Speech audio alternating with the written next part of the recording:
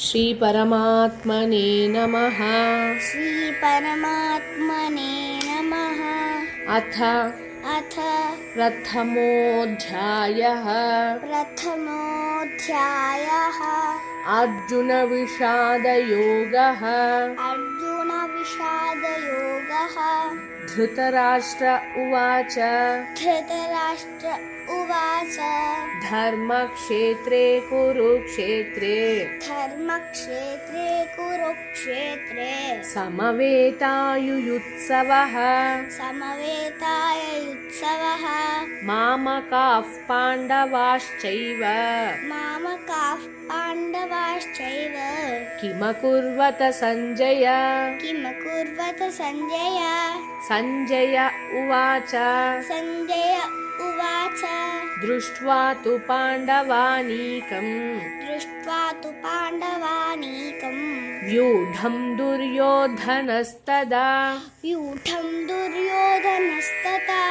आचार्यमुपसंगम्य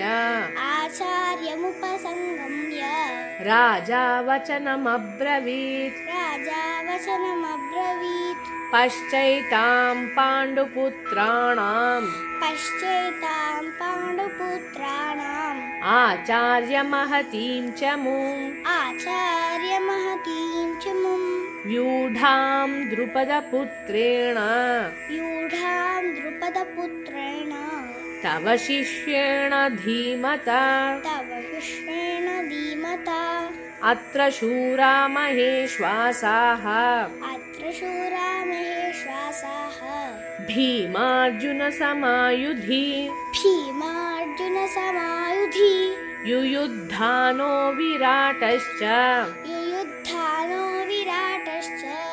द्रुपदश्च महारथः दृष्टकेतुश्चेकितानः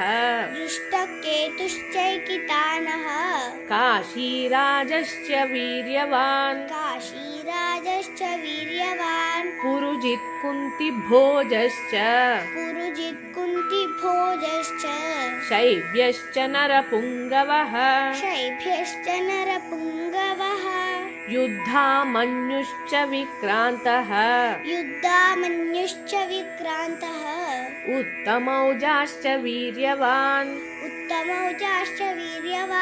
सौभद्रो द्रौपदेयाश्च